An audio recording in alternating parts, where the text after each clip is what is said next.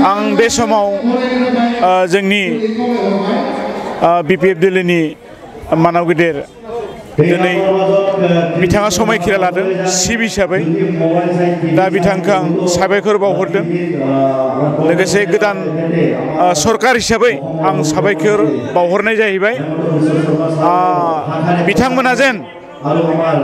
थांनायाव सरकार दादोंमोन सरकार सालायदोंमोन मावफुंनो हायि खामानिफोरखौ देग्लाय मावफुंनो हागोन बेखौनो आं आसा थिदों जोंबो नांथाबदोंमोन माखासे मावनो गोनां दं होननानै जोङो थारमाने BPF हान्जानि जानानै जोङो गोबां केम्पेइन खालामदोंमोन बे हिसाबै दिनै गमामायैनो देरहामारबाय बे गोदान सरकारा रायजो राजानि गांनाय उखैनाय गासिखौबो सुफुंथों गासैबो जाथि जनगोष्ठी बिथांमोनखौ समान नोजोरजों नायथों गोग्लैसोना थानाय खायसे खायसे एरियाफोरखौ नायफिनथों बेखौनो आङो आसा खालामबाय दा बेयाव आङो रायजो राजाखौ साबायखर बावहरनो सानदों